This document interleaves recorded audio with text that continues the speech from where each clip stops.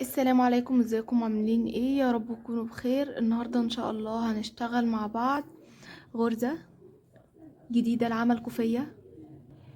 الكوفية بتاعتي طولها 210 وعرضها 20 سنتي. خدت حوالي خيط 360 جرام. الخيط اللي انا استخدمته هو خيط ستوكات، بس هتلاقوا نفس الخيط هتلاقوه في إليزا. هنعمل عقدة البداية. هنرتفع عدد سلاسل يقبل القسم على 3. ادي 1 2 3. 1 2 3. 1 2 3.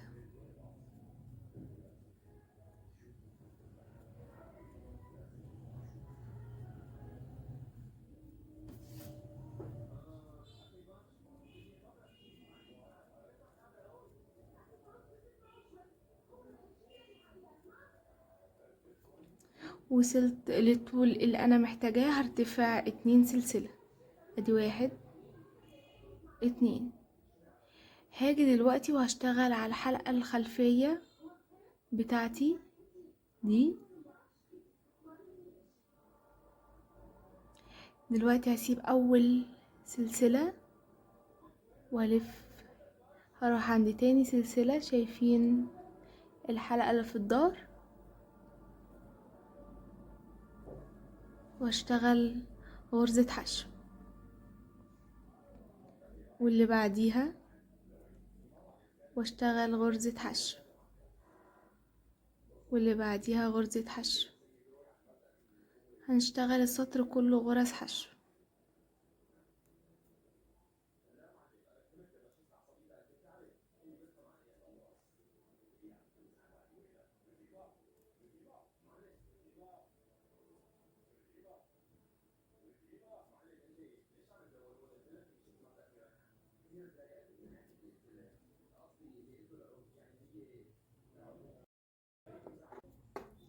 ده شكل اول سطر معانا بغرزة الحشو.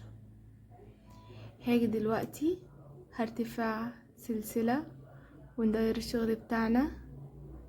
هاجي دلوقتي عند اول حلقة تقابلني وهدخل واشتغل غرزة حشو.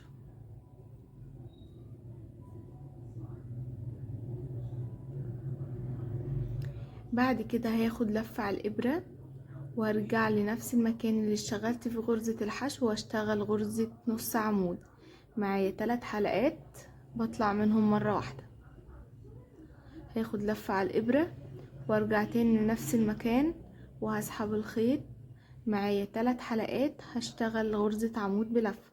هطلع من حلقتين في حلقتين. هعد دلوقتي. ادي 1 2. وهاجي في تالت سلسلة وهشتغل غرزة حشو. هاخد لفة على الابرة وارجع تاني لنفس المكان واشتغل غرزة نص عمود. واخد لفة على الابرة وارجع لنفس المكان واشتغل عمود بلفة. اطلع حلقتين في حلقتين. اعد 1 2 وفي تالت سلسلة اشتغل غرزة حشو. واخد لفة على الابرة واشتغل غرزة نص عمود. معايا 3 حلقات هطلع منهم مرة واحدة. هاخد لفة على الابرة وارجع لنفس المكان واشتغل غرزة عمود بلفة. وارجع اعد 1 2 3 واجي في تالت سلسلة واشتغل غرزة حشو. هاخد لفة على الابرة واشتغل غرزة نص عمود. هاخد لفة على الابرة وارجع لنفس المكان واشتغل عمود بلفة. وعد ادي 1 2 وفي تالت سلسلة نشتغل غرزة حشو. شايفين ده شكلها؟ هنفضل ماشيين بنفس الطريقة. ده شكل الغرزة بتاعتي. هاجي دلوقتي هلاقي ادي 1 2 في اخر واحدة هشتغل غرزة حشو، هرتفع سلسلة وهندير الشغل بتاعنا، وهاجي دلوقتي تحت اول حرف في يقابلني فين، وهشتغل غرزة حشو، هاخد لفة على الابرة ونفس المكان تاني واشتغل غرزة نص عمود، هاخد لفة على الابرة وارجع تاني لنفس المكان واشتغل عمود بلفة. هاجي دلوقتي بقى شايفين غرزة العمود بلفة، غرزة العمود وغرزة الحشو بتاعتي، شايفين؟ هاجي اشتغل هنا غرزة الحشو، في نفس المكان هشتغل غرزة النص عمود، في نفس المكان هنشتغل غرزة العمود بلفة. شايفين غرزة الحشو؟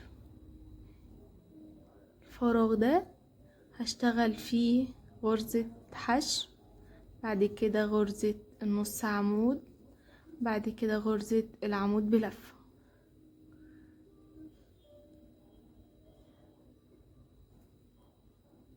في الفراغ ده نبدأ نشتغل غرزة حشو، غرزة نص العمود، وغرزة عمود بلفة.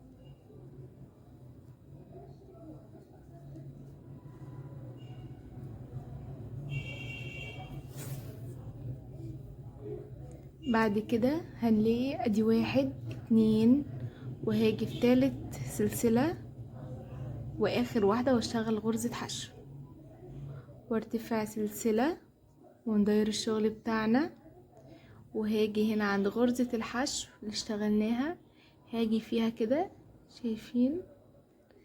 بدخل في غرزة الحشو واشتغل غرزة حشو، واخد لفة على الابرة واشتغل غرزة النص عمود، واخد لفة على الابرة واشتغل غرزة العمود بلفة،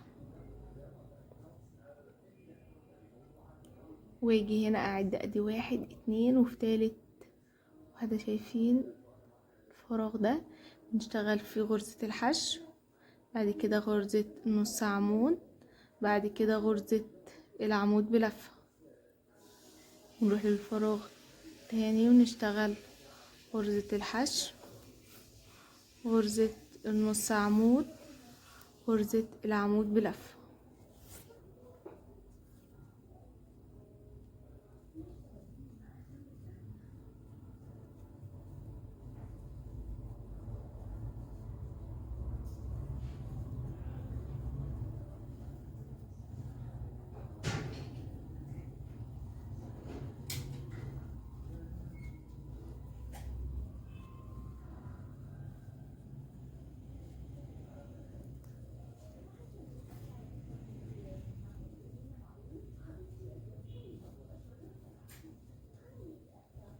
شايفين بقى ده شكل الغرزة بتاعتي. عشان الكوفية بتاعتي تكون عرضها معايا 20 سنتي، اشتغلت 27 سلسلة وعدد يقبل الاسم على 3، وزودنا بعد كده 2 سلسلة.